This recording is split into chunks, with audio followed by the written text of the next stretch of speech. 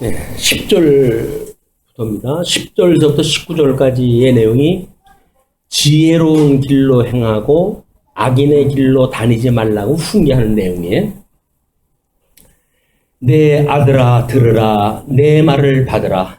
그리하면 내 생명의 해가 길리라. 이건 뭐 사실은 아버지한테 받는 이야기지만 우리 아버지는 결국 하나님이 보내주신 그 지도자 아니에요? 그러니까 내 부모에게 효도하라라고 하는 그 계명도 마찬가지로 그렇기 때문에 그렇습니다. 하나님의 말씀을 전해주는 자이기 때문에 그러니까 내 아들아 들으라 그 이야기는 하나님의 말씀을 들으라는 이야기고 그 다음에 그리하면 내 생명의 해가 길리라. 그냥 하나님의 기뻐하신 뜻을 따라 살아갈 때에만 영생을 얻게 되어진다 그 얘기거든요. 내가 지혜로운 길을 내게 가르쳤으며 정직한 길로 너를 인도하였은즉 지금까지 설명한 것이 또는 가르쳐준 것이 지혜로운 길로 가르쳤고 정직한 길로 인도했다는 거예요.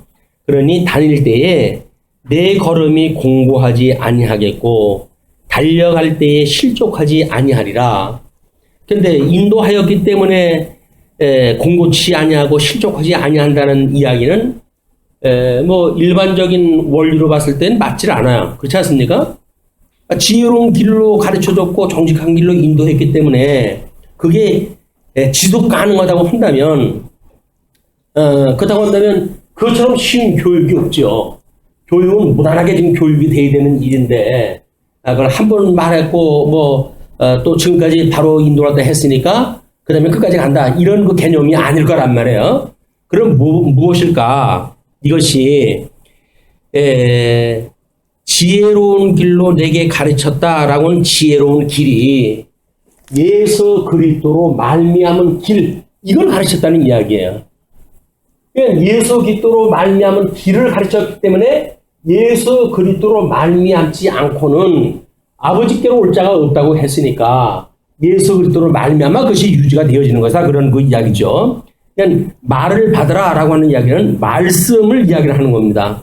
그렇기 때문에 지혜로운 길로 내게 가르쳤으며 그 이야기는 나는 곧 길이요 진리요 생명이라고 말씀하셨던 예수 그리스도의 길, 그 길을 내게 가르쳤고 정직한 길로 너를 인도하였다라고 하는 그 이야기도 우리가 이 지혜롭게 행하는 일, 의롭게 행하는 일, 공평하게 행하는 일, 그 다음에 네 번째 정직하게 행하게 하신다고 3절에 되어져 있는데 그걸 속죄사역이라고 했잖아요. 예수 그리스도의 속죄사역. 우리가 정직하게 하는 길로 너를 인도했다는 그 이야기는 예수 그리스도 이분은 하나님의 신실하심을 따라서 한번 예정되어진 자 창세전에 그리스도 안에서 예정되어진 자는 기필코 구원을 갖다 하시는 분 그런 그 분으로 소개가 되어지는 거예요. 그런 길로 정직한 길로 너를 인도했다 그런 그 이야기죠. 너 다닐 때에 내 걸음이 공고하지 아니하겠고 왜냐면 주님께서 우리를 갖다 해가시니까 또 달려갈 때에 실족하지 아니하리라. 왜? 주님께서 인도하시니까. 그냥 주님이 주체가 되고 우리는 그의 이렇게 몸으로 붙어져 있는 주님의 몸들 교회에 지나지는 않잖아요. 그러니까 우리한테는 그렇게 실족할 까닭이 없다 그런 그 이야기입니다. 그 다음에 훈계를 굳게 잡아 놓치지 말고 지키라. 이것이 내 생명이니라. 하나님의 말씀을 들을 때마다 우리는 끊임없이 훈계를 받기를 기뻐해야 되는데 이 훈계와 그 다음에 책망과 그 다음에 바르게 함과 그 다음에 의로 교육하게 합당하다. 이런 이 하나님의 말씀이 그렇다고 이해를 했단 말이에요. 이 훈계 하나님이 어떠한 분이라고 하는 것을 소개했을 때 그런 그 훈계에 우리가 끊임없이 귀를 기울일 필요가 있다. 그런 그 이야기입니다. 우리 서론 1장 그 1절에서 이야기했을 때 잠언은 지혜와 훈계를 알게 한다고 그렇게 이야기를 했잖아요. 그 알게 한 지혜의 말씀을 지혜로운 통치를 하게 하고 현명한 통치를 하게 하는 데까지 이게 성취되어지는 거예요. 연결이 되어져 있는 겁니다. 그러니까는 훈계를 굳게 잡아 놓치지 말고 지키라. 이것이 내 생명이니라. 우리는 사도 바울이 하는 염려가 그겁니다. 섰다 함도 아니요 이루었다 함도 아니다. 근데 우리는 이 복음을 자칫 잘못 듣게 되어지게 되면 나는 다 구원받았어 라고는 과거형으로 한번 몰아버리기 때문에 현재가 없는 거야. 그걸 미래가 없어요. 예수를 믿는다고 하는 그 이야기는 온전케 하시는 예수 그리스도를 바라보는 일이야말로 우리들의 어떤 믿음의 지표인데 이루었다고 그러니까 더 이상은 예수님이 필요가 없어요. 다 이루어졌는데 뭐. 우리 삶도 마찬가지죠. 예수님이 다 이제 구원해 줬는데 뭐 우리가 잘 산다고 해가지고 예수님이 구원하고 그렇지 못한다고 해서 예수님이 우리 버리겠어? 라고 이야기하다 하는데 우리 예수님으로 말미암은 열매가 지금 어떻게 나타나고 있는가에 대한 여기 우리 포커스가 끊임없이 맞춰져야 된다. 전 인격적인 우리의 어떤 관점, 복음에 대한 이해라고 하는 것이 필요한 거죠. 시간과 공간과 형상을 초월한 이런 거 개념으로 봐서 시제를 초월한 우리들의 항상 기뻐하라, 항상 기뻐하라. 시제가 초월된 개념이란 말이에요. 그 다음에 공간이 초월된 개념이야말로 이 범사에 우리가 감사할 수 있는 일이거든요.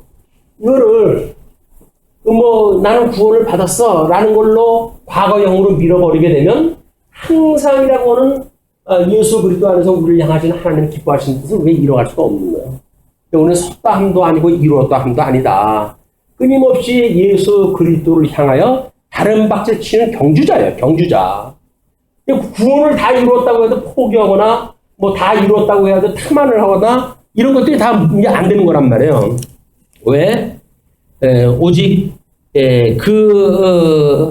너로 하여금 내가 그 훈계를 굳게 잡아 놓치지 말고 지키는 것, 이것이 생명이기 때문에 그렇습니다. 예수 그리스도는 이 처음이요 나중이 되시는 분이기 때문에 어떤 중간에 한구덩이 잡아가지고 예수님이라고 말할 수가 없는 거예요. 예수님이 우리 마음에 들어와서 사신다. 우리는 예수님을 믿었을 때 그와 함께 죽어서 지금은 내가 살아있는 것이 아니요 내 안에 그리스도가 살아있는 거라고 이야기를 하잖아요. 그리스도가 살아계신 것이 그분이 생명이지 육신적인 우리들의 몸뚱아리가 숨쉬고 있다고 해도 그게 우리가 살아있는 게 아니다. 예수님으로 말미암아 신령한 생명을 얻은 것, 그래서 그리스도가 내 마음에 지금 살고 계시는 것, 이것이 우리 생명이고 영생이다. 사악한 자의 길에 들어가지 말며 악인의 길로 다니지 말지어다. 율법에 보게 되면 전부 이제 우리 금하신 명령이 있고 권하신 명령이 있고 그러잖아요. 하지 말라고 한 거대로 안 했으면은 이스라엘 백성들이 불순종해가지고 궁극에 이르는 까닭이 없죠, 이게. 근데 왜 궁극에 이룰까요? 어쩔 수 없이 인간이 죄인의 이런 죄의 사망 권세 아래 있기 때문에 첫째 아담으로 말미암아 다 무너진 거라는 거예요. 복과 나라가 상실되어졌다고 하는 걸 지금 극적으로 보여주는 장면이거든요. 너희들 힘으로는 안 돼. 그래서 너희들은 열국에 내가 흩을 것이고 그때 비로소 너희를 다시 불러 모을 것인데 그때 너희는 나의 백성이 되어지고 나는 너희 하나님이 될 것이야 라고는 회복의 역사까지 이것이 한 세트로 돼야 되는 거예요. 이것이 예수 그리스도의 죽으심과 예수 그리스도의 부활의 문제란 말이에요. 예수 그리스도의 죽으심과 부활이라고 하는 그건 그리스도의 사건을 통해서 완성이 되어지는 거지 흙으로 만든 너희 인생이 만들어가는 일들이 아니야. 그런 거 이야기죠. 이 잠언을 보고 우리가 잘 살아야지라고 말하는 건 말이 안 되는 거예요. 교훈을 우리가 이제 하나님 말씀을 강론을 잘 듣고 혼내는 얘기가 나도 이제 잘 살아야지 열심히 믿어야지 이쪽으로 빠지게 되면 이게 윤리적으로 빠지는 거라니까요. 예수님이 그러셨어? 그럼 예수님을 믿는 게 생명이네. 예수님을 믿는 것이 하나님께로 가는 길이네. 오직 나한테는 예수님밖에 없네. 그분만이 나의 대석주가 되시네. 이래가지고 우리 머리 대신 예수님을 우리가 이 확인을 갖다 해야 되고 이분을 맞이해야 되는데 이분을 기껏 이야기를 갖다 했더니 그래? 그럼 내가 예수님처럼 열심히 살아야 되겠네. 이렇게 나오게 되면 이거 참 고맙고 답답한 거예요. 그러니까 기독교 윤리를 갖다가 몇 시간을 강의를 갖다 이제 했어요. 그 이제 연구자가. 질문을 갖다 하라 그랬더니 손을 들면서 질문을 또 하더라고요. 질문의 요지가 뭔지 아십니까? 그럼 어떻게 살라고요? 우리가 이렇게 저렇게 살라고 하는 것이 기독교 윤리가 아닙니다. 기독교 윤리는 하나님께서 은혜의 열매로 맺게 해주시는 겁니다. 라고 몇 시간을 이야기를 한 거예요. 그러니까 너무 이야기가 길게 되면 이야기를 잘 못 들어요. 명제적으로 해서 잠언처럼 한마디로 딱 줄여주면 우리가 알잖아요. 아, 기독교 윤리는 당위에 의해서 하는 것이 아니라 열매로 맺어지는 거로구나. 짧게 되어지면 이해가 되어지는데 그걸 풀어가지고 저 아브라함서부터 아담서부터 해가지고 쫙 설명했잖아요. 그래서 듣다 보면 뭘 지금 이야기를 한 건지 다 잊어버리는 거예요. 그러니까는 다 끝난 뒤에 용감하게 질문을 하기를 그럼 어떻게 살라고요? 라고 이야기가 나오는 거예요. 강론자가 기가 막히는가 보더라고요. 자기가 강론 잘못된 걸 알겠지. 잘했으면 그걸 왜 물어보겠어요? 기독교 윤리는 성도가 사랑하는 것이 아니라 하나님께서 맺게 해주신 열매입니다. 우리가 이렇게 산다 저렇게 산다라고는 전제가 아니다. 전제가 아니고 우리는 열매다라고 이야기를 종합을 했는데도 불구하고 이게 이제 성경을 이해하는 게 그래서 우리가 힘든 거야. 우리가 여기 해 아래에서 훈련 받아 놓은 곳이 이 땅에서 훈련 받은 거 아니에요. 그러니까 뭐든지 듣고는 이 땅식으로 해석했다 하니까 이 땅식으로 해석했다 해요. 그걸 갖다 이따위라고 부르는 거예요. 이따위. 성경을 저 하늘의 뜻으로 해가지고 분별이 되는데 이 땅으로 해석했다 해가지고 또 이 땅에. 이 땅으로. 예. 이 땅으로 말.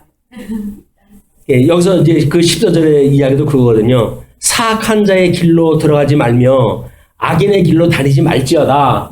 하지 말란 대로 안 했으면 왜 분국이 되어집니까, 이게. 근데 어차피 르호보암은 분국을 대야 돼요. 이미 선지자를 다 보내가지고 여로보암한테 예언까지 다 해줬고 이건 분국이 되어야 되는데 분국이 되어지려면 여로보암의 요구를 들어주면 안 되잖아요. 여로보암의 요구를 갖다가 안 듣고는 젊은 친구들 이야기를 듣고는 험한 이야기를 한 거예요. 그것이 우리 그 4장 소개했던 교재에 보게 되면 그게 소개가 되어진 겁니다. 그 성취적 배경에서 열왕기상 11장 26절로 43절 여로보암의 반란, 열왕기상 12장 1절로 15절까지 압제 정치를 선언하는 르호보암, 그 중에 그 39절로부터 이렇게 이야기되어 있죠. 내가 이로 말미암아 다윗의 자손을 괴롭게 할 것이나 영원히 하지는 아니하리라 하셨느니라. 여기서 한 번은 삐끄덕해야 돼요. 삐끄덕해야 분국이 되어지고 영원히 아니하여야 되기 때문에 회복에는 이루게 돼야 돼요. 이런 그 언약의 말씀이 이루어지기 위해 가지고는 르호보암이 지혜로운 일을 갖다 하면은 안 되도록 되어져 있는 겁니다. 그리고 그 12장 14절로 15절 왕상 보시게 되면 어린 사람들의 자문을 따라 그들에게 말하여 이르되 내 아버지는 너희의 멍에를 무겁게 하였으나 나는 너희의 멍에를 더욱 무겁게 할지라. 내 아버지는 채찍으로 너희를 징계하였으나 나는 정갈 채찍으로 너희를 징치하리라 하니라. 왕이 이같이 백성의 말을 듣지 아니하였으니 이 일은 여호와께로 말미암아 난 것이라. 여호와께서 전에 실로 사람 아이야로 느바세 아들 여로보암에게 하신 말씀을 이루게 하심이더라. 하나님께서는 하나님의 약속을 이루시고 오실 메시아의 죽으심과 부활에 대한 거를 이제 섭리를 또 하시기 위해 가지고 역사를 좀 계시하고 있는데 사람들은 여기서 잠언에 그렇게 지혜의 말씀을 주었는데도 불구하고 그 르호보암은 아버지의 말을 안 들어가지고 그랬다. 젊은 친구들 말을 들어서 그랬다. 라는 가장 지역적인 이유를 들어가지고 마치 노인의 이야기를 들으면 그런 실수가 없을 수 있었다. 라고 하는 것처럼 설명을 한단 말이에요. 노인의 지혜의 말씀을 들을 수 없을 뿐만 아니라 하나님께서는 아니라 그러잖아요. 망하게 하신 거라니까요. 넘어지게 하신 거예요. 그냥 하나님이 그렇게 하셨어요? 나 가운데 계셨던 하나님의 영광을 우리가 봐야 되는데 그 하나님을 보질 않냐고. 내가 그 녀석 말 안 들을 때 그 젊은 애들하고 어울리겠다고 알아봤어. 뭐 이렇게 이야기를 하게 되면 강론할 때 그러잖아요. 지혜를 얻는 방법. 노인의 지혜의 말씀을 들을 것. 이렇게 해가지고 강론을 갖다 하게 되면 성경 구절에서 뺐으니까 그럴듯하잖아요. 근데 그 본문도 처음부터 끝까지 보게 되면 그런 얘기가 아니에요.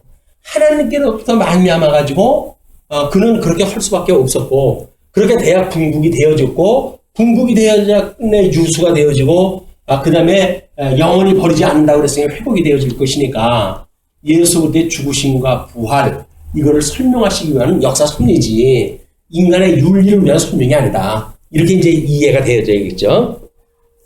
자, 그러면서 그의 길을 피하고 지나가지 말며 돌이켜 떠나갈지어다. 그러니까 사악한 자가 미웠다 할 때 그 길을 피하고 그쪽으로 지나가지 말라 그 이야기예요.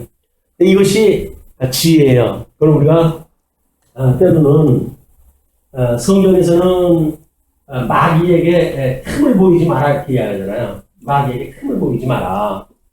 우리가 자칫 잘못하면 선의로 했음에도 불구하고 많은 오해를 불러일으킬 수가 있어요. 물론 하나님께서 정한 일인데 피한다고 되는 문제는 아니죠. 그러나 우리가 만약에 이것이 마귀에게 뭔가 미혹될 수 있는 틈이다라고 생각이 들면 일단 경계를 해야 되는 거예요. 네, 이런 내용은 이제 그런 모습입니다. 그래서 그의 길을 피하고 지나가지 말며 돌이켜 떠나갈지어다. 그들은 그 사악한 자들은 악을 행하지 못하면 자지 못하며 이 사람들은 악을 행하는 것이 취미로 하는 사람들이에요. 본업으로 삼는 사람들이에요. 이 본업으로. 그런데 이게 누구나 다 그런 겁니다. 지금. 왜? 하나님의 절대 악속에 있는 사람들이니까 하는 일마다 악한 일이거든요. 그런데 이걸 이제 우리가 윤리적으로 보게 되면 악을 행하는 사람, 선을 행하는 사람 구분하다 해놓고 저 악을 행하는 사람은 저게 생겨먹기를 저게 생겨먹어서 이렇게 이야기하는데 그게 아니란 말이에요. 우리가 하나님의 그런 선과 악이라고 하는 절대 이성을 가지고 계신 존재라고 했어요. 하나님은 선악이라고 하는 절대 이성을 가지고 계신 절대자 하나님이세요. 그런데 에덴 동산에 살던 사람을 저주 가운데 버려두었기 때문에 아담 이후의 모든 인생들은 절대 악 가운데서 선악을 아는 일이 하나님과 같이 되어진 가운데 살아가는 존재들이란 말이에요. 여기는 자기네들의 선이라고 하지만 이건 절대 악 가운데 선이에요. 이것도 절대 악이에요. 여기서 또 지네들이 악이라고 하는데 그 악도 절대 악 가운데 절대 악입니다. 죄 안에 살아가는 사람들은 선악을 구분했다 하고 윤리적으로 선악을 구분하고 그러는데 마찬가지예요. 옷 안에 있는 사람이 주인일까요? 옷 바깥에 있는 사람이 주인일까요? 똑같아요. 다 주인이에요. 그런 문제를 내면 그래 그러잖아요. 함정이 있는 것 같은데 그럼 옷 바깥에 있는 사람이 주인이라고 해야 맞을까? 라고 해가지고 우리는 그렇게 대답할 수 있죠. 그러나 옷 안에 있는 사람이랑 옷 바깥에 있는 사람 다 이게 절대 아까운데 갇힌 사람들이기 때문에 다 주인이다. 그렇기 때문에 지금 여기서 말하는 그 악을 행하지 못하면 자지 못하고 그 이야기는 누구나 이게 구별되어진 어떤 특수한 악인들이 그러는 것이 아니라 다 그래, 다 그래. 그런데 하나님의 훈계를 따라서 지혜의 말씀을 듣고 거듭나고 중생되어지게 되면 비로소 절대 악이 아니라 우리는 여기서 이제 중생이 되었잖아요. 성령의 소욕과 육체의 소욕을 가지고 살아가는 중생이 되었단 말이에요. 그래서 성령의 소욕을 이끌림을 받을 적에는 하나님의 선에 합한 일을 따라 살아요. 그러면 아직도 우리 육신의 소욕을 따라갈 적에는 우리 악한 육신의 소욕을 따라 살아가게 된단 말이에요. 이 두 마음을 가지고 있는 것이 중생이라고 이렇게 이야기했어요. 그러니까 하나님의 마음을 따라가지고 살아가는 이 지혜로운 일, 끊임없이 성령의 감동을 받고 하나님의 은혜를 입고 살아가는 일과 아직도 옛 구습을 벗어버리지 못하고 우리가 미혹을 받으면서 살아가는 일, 이거는 구분이 되어진다. 그러니까 악을 행하지 못하면 자지 못하며 사람을 넘어뜨리지 못하면 잠이 오지 아니하며 그 심술쟁이 그 누구에 대한 이야기 만담에서 나오잖아요. 그래가지고 그 골탕 먹이는 이야기들을 쭉 들어놓고 이러는데 그 사람만 그러는 것이 아니라 잠언에서는 모든 사람이 다 그렇다는 이야기입니다. 불의의 떡을 먹으며 강포의 술을 마심이니라. 네. 그 불의의 떡을 먹고 강포의 술을 마시는 거 뭐가 연상이 되세요? 떡을 떼고 잔을 나누는 성찬을 이야기할 수가 있잖아요. 근데 그것이 예수 그리스도처럼 의의 떡이 아니고 또 생명의 그런 속죄에 된 피와 같은 그런 것술이 아니라 자기의 쾌락을 위해서 먹는, 자기의 만족을 위해서 먹는 떡과 자기의 쾌락을 위해서 먹는 술을 마시는 것이다.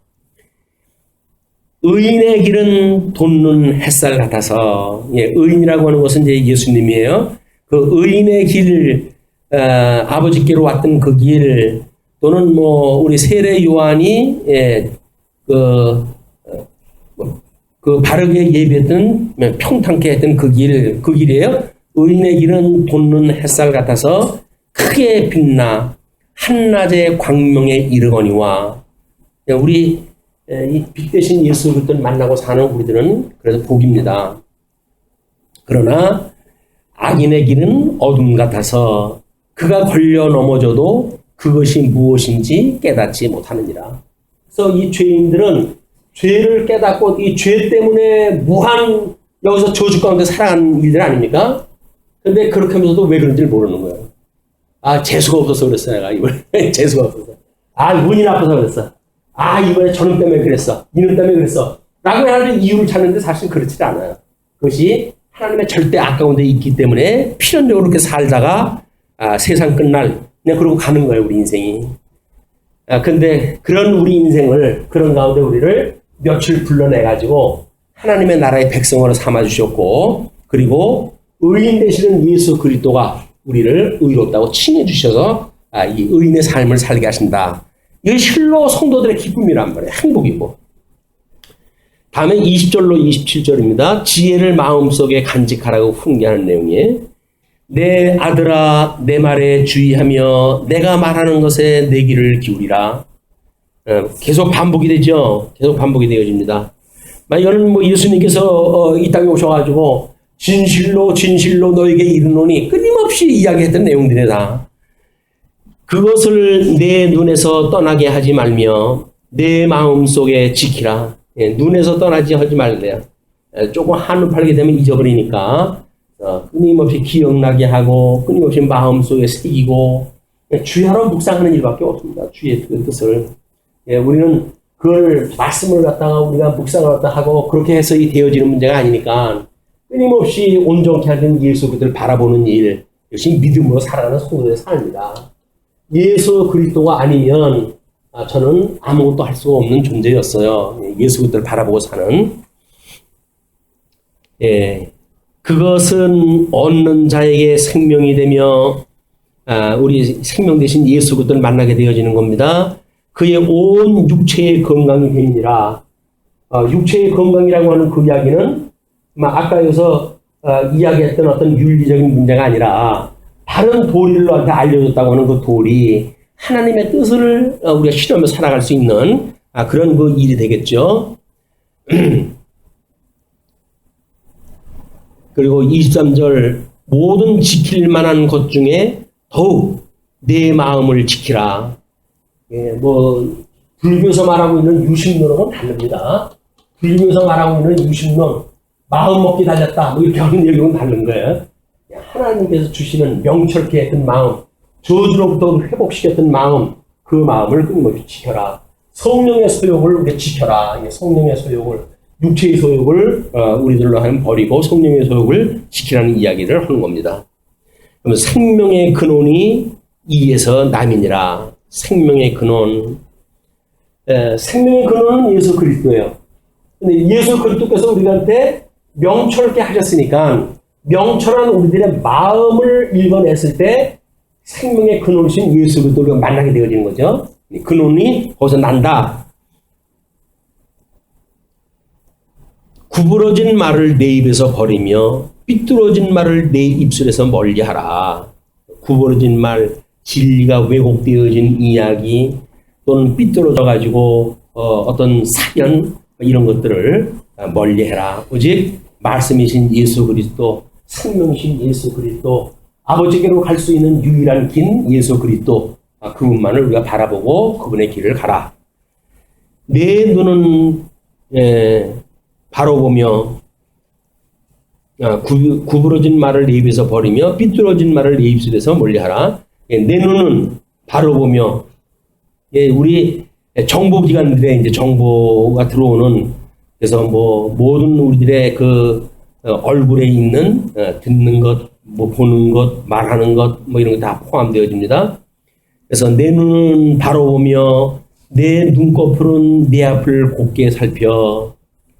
눈꺼풀이 앞을 살피게 한다고 그러네요. 그것도